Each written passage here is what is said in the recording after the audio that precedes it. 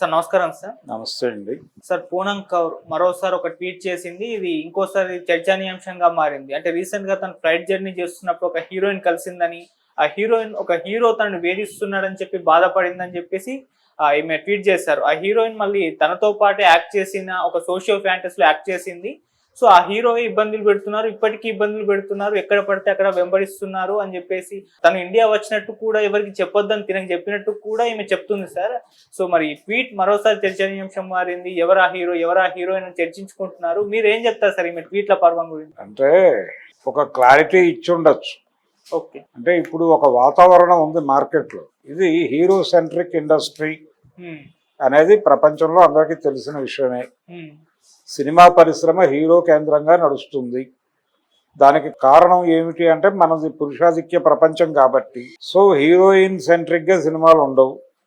అందుకని heroine glamour మీద cinema ఆడినా కానీ హీరో గారికే క్రెడిట్ ఇస్తారు.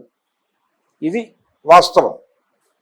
ఈ వాస్తవం ఆధారంగా ఉన్నటువంటి పరిశ్రమలో హీరో మీద దాడి చేస్తూ ఒక హీరోయిన్ చాలా ఓపెన్గా ఆయన ఏమిటి అనేది ప్రపంచానికి తెలియజేసే పద్ధతిలో ఒక ఉత్తరం రాసి దాన్ని పబ్లిక్ డొమైన్లో ఉంచి ఒక డిస్కసివ్ పాయింట్గా మార్చినటువంటి ఒక సందర్భం ఇది. ఈ సందర్భాన్ని తనకి అనుకూలంగా మలుచుకుంటూ ఆవిడ ఒక ట్వీట్ చేసింది. ఈ నేపథ్యం చూడకుండా పూనం కౌర్ గారి ట్వీట్ను విడిగా చూడటానికి అవకాశం లేదు.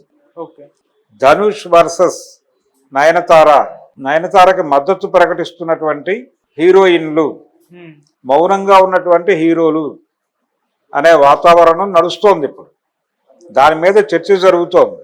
ఆల్రెడీ విఘ్నేష్ శివన్ ఒక 2 ట్వీట్లు పెట్టి డిలీట్ చేశాడు. ఈ డిలీట్ చేయటం వెనకాల ఏముంది? ఇండస్ట్రీ పెద్దలు ఉన్నారా?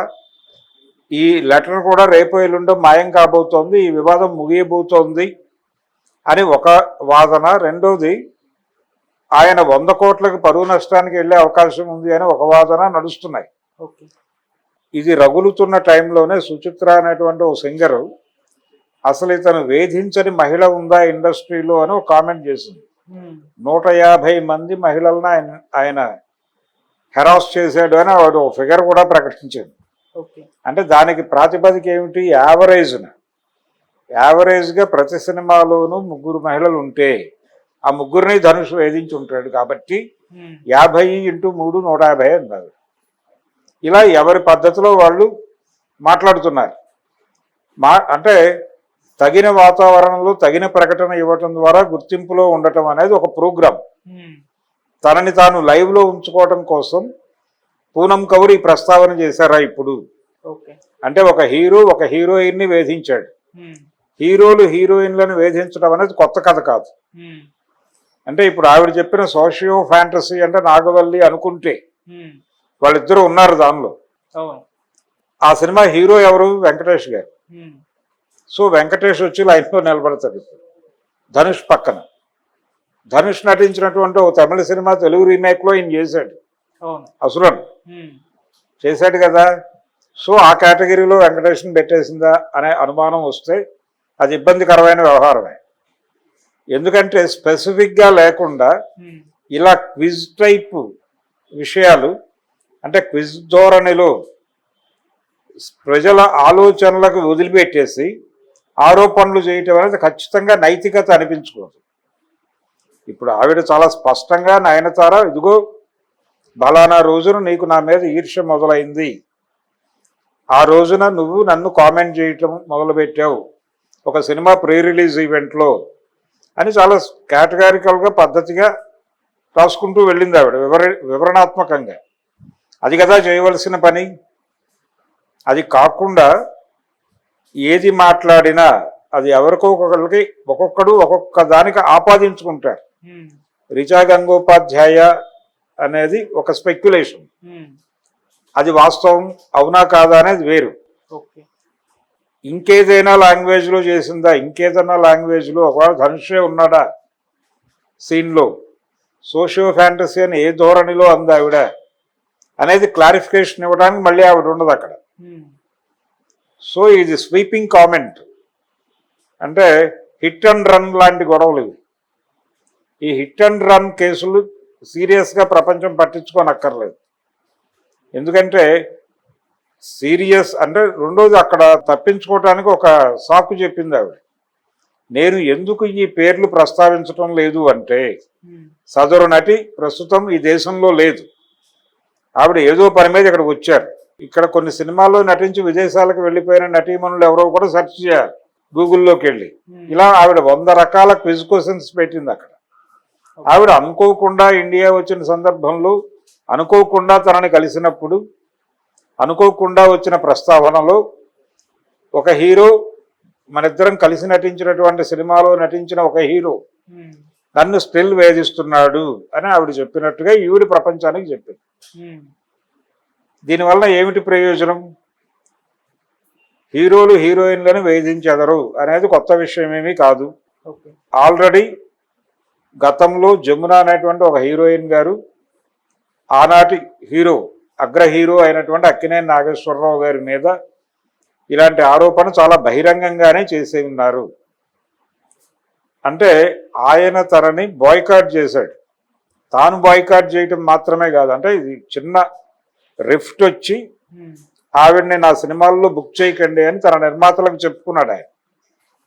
ఆయన చేయటం మాత్రమే కాకుండా తన సహనటుడైనటువంటి నందమూరి తారక రామారావు గారిని కూడా కన్విన్స్ చేసి ఆయనకి ఈ వివాదంతో సంబంధం లేదు, వారి ధోరణిలో వారు ఉండేవారు. ఆయన దగ్గరికి వెళ్ళి క్రమశిక్షణ తప్పి ప్రవర్తిస్తోందనే సాకు చెప్పి, మీరు కూడా బుద్ధి చెప్పాలి కదా అన్నగారు, మీరు కూడా బాయ్కాట్ చేయండి అంటే చేశాడు ఆయన, కామౌసు అనుకుని. ఆయన దగ్గర ఎవరు మొదట వెళ్ళి చెబితే అది వింటాడు ఆయన. తర్వాత వాళ్ళ ఆర్గ్యుమెంట్ చెప్పుకున్నా వినడు. అదొక గొడవ, అదొక ధోరణి ఉండేది ఆయన దగ్గర. అందుకని వారు కూడా విన్నారు. తర్వాత చక్రపాణి గారు, కేవీ రెడ్డి గారు కోప్పడితే వీళ్ళిద్దరూ కంట్రోల్లోకి వచ్చి మళ్ళీ నటించారు. కానీ ఆ వివాదానికి కారణం ఏమిటి? ఆవిడ క్రమశిక్షణ లేకుండా బిహేవ్ చేయటం అనేది చెప్పారు వీళ్ళు. నాగేశ్వరరావు గారు చెప్పాడు. కానీ వాస్తవం అది కాదు అనే విషయం ఇండస్ట్రీలో అందరికీ తెలుసు. జమున గారు నర్మగర్భంగా చెప్పారు. అంటే ఇంటిమేట్ సీన్స్లో కొంచెం ఇబ్బందికరంగా ఆయన బిహేవ్ చేసేవారు అనేది ఆరోపణ. ఇది ఆవిడ చెప్పడానికి కొంచెం ఇబ్బంది పడేవారు.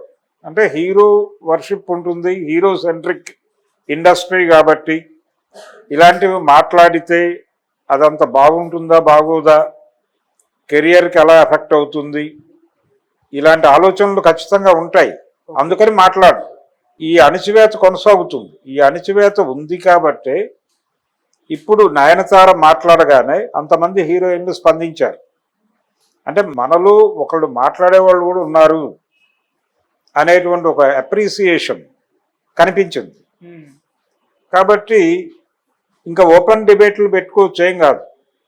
అంటే ఇది ఓపెన్ అయిపోయిన తర్వాత ఇంకెందుకు మొహమాటం? బలానా సినిమా షూటింగ్లో నన్ను బలానా హీరో ఇబ్బంది పెట్టాడని చెప్పేయండి, యుద్ధం మొదలవుతుంది.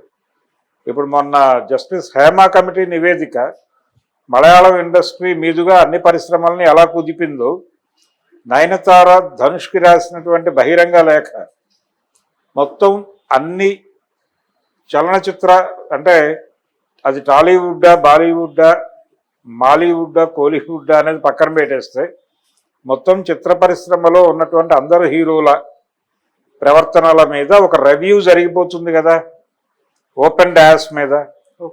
అది జరగాలి. అది జరిగితే ఈ ప్రమాదం కొంతవరకు తగ్గుతుంది. అంటే ఇలా గ్రాంటెడ్గా తీసుకుని హీరోయిన్లను ఇబ్బంది పెట్టుట అనేటువంటి కార్యక్రమం జరగదు.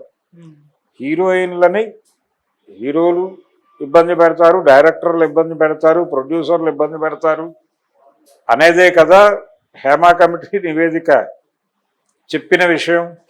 ఇది కొత్త విషయం కాదు కదా. లైంగిక వేధింపులే కదా అక్కడ కూడా ఇష్యూ. దాని మీదే కదా మొన్నటిదాకా తెలుగు ఇండస్ట్రీలో కూడా గొడవ జరిగింది.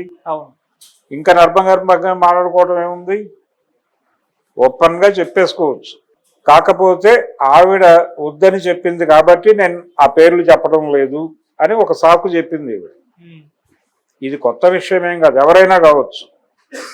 వీరు అవుతారు వీరు కారు అనేది ఏం లేదు, ఎవరైనా అయ్యుండొచ్చు. కాబట్టి ఆవిడ ఒక తేనె తుట్టని కదిపే ప్రయత్నం చేసింది తన వంతుగా. రెండోది, ఈ చర్చ జరుగుతుండగా ఒక వాతావరణం ఏర్పడి ఉన్నప్పుడు ఆ వాతావరణంలో తన ఉనికి చాటుకునే ప్రోగ్రామ్గా కూడా దీన్ని చూడొచ్చు. ఓకే. ఇది నిన్నో మొన్న జరిగిన ఇన్సిడెంట్ కదా ఆవిడ ప్రస్తావించింది. ఈ బ్యాక్ డ్రాప్ లో ఆవిడికి గుర్తొచ్చినటువంటి ఒక ఇన్సిడెంట్ ని కోట్ చేసి మాట్లాడింది. కాబట్టి అది నిన్న మొన్న జరిగిన సంఘటన అని కూడా అనుకోవడానికి లేదు. అందుకని పూనం కౌర్ గారు కూడా ఈ యుద్ధంలో పార్టిసిపేట్ చేసి ఆవిడ కూడా కొంతకాలం ఇండస్ట్రీతో ట్రావెల్ అయి ఉన్నారు కాబట్టి ఈ రోజుకి ఆ ఛాయల్లో ఉన్నారు కాబట్టి ఆవిడ ఈ జరుగుతున్నటువంటి యుద్ధంలో తన వంతు కృషి చేసి ఓపెన్ డాస్ మీద తనని వేధించిన వారి పేర్లు అన్నీ ఓపెన్గా చెప్పేసి